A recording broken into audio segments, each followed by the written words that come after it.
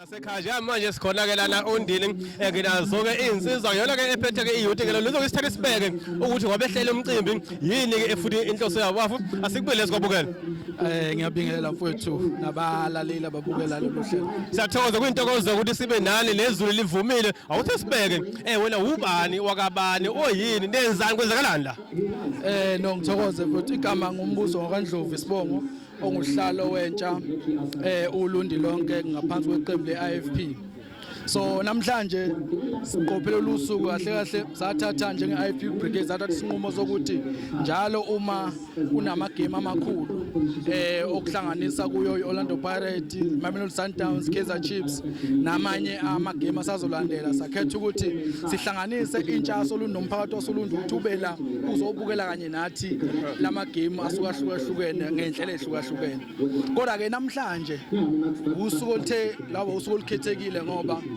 iqembu lethi leIFP lizogubha iminyaka engama50 lasungulwa umntwana okwaphinda ngene. So sithe asibe nalolu suku namhlanje ngenhloso yokugqugquzela abantu basoLundi lonke ukuthi ngomhla ka23 kuMarch iIFP umhlaba wonke uzobe uhlangene ePrince Mangosu Regional Stadium lapho zogubha khona leminyaka engama50. Ingakho lo suku sithe salikhetha sayisithi namhlanje asihlangane la sizobakhuthaza bonke abantu basoLundi nabathandi bezemidlalo ukuthi iIFP izobe ise Prince Mangosu Regional Stadium umhla ka23 March. Siyazi sibona kula sibona kule screen esikhulu esikhona la bazobeka bholekile bebuka nebhola wena ngokwakho uyafeva noma ufeva silindele amagoli amangaki yipi team futhi qale izohamba phambili No namhlanje mina ayikho team engizobe ngisupport omabili lama team ngoba i-team engisupport ayidlali namhlanje kodwa ngenxa ukuthi ke i-team engisupport yase Soweto mhlawumbe kuzokwenzeka ngoba ngaseSoweto kodwa sizobona umdlalo uqhubeka kodwa nje kuyintokozo kakhulu ukuthi namhlanje abantu basoLundu bephume kanje bezobungaza kanye nathi ngoba kwenza lokho sikhuthala ukuthi nangokuzawusiqhubeke sibenzele izinto ezinjengalezi ngoba sifisa inhloso yethu ukuthi abantu basoLundu beunite ngento eyodwa futhi bebumbane ngento eyodwa ngoba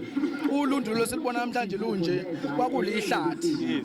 So umntwana ngevision ayenayo wathatha isinqumo sokuqeda ihlathi wasakhela le ndawo. Ingakho sizothi namhlanje abantu bonke umuntu wasoLundu nanoma kuthiwa yiliphi iqembu kodwa kubalekile ukuthi kule minyaka iIFP igubha nawe ube ingxenye ube semlandweni ukuthi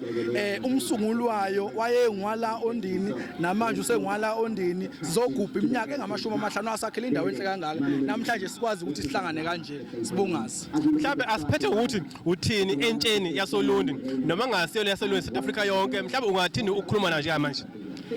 no umuntu engathi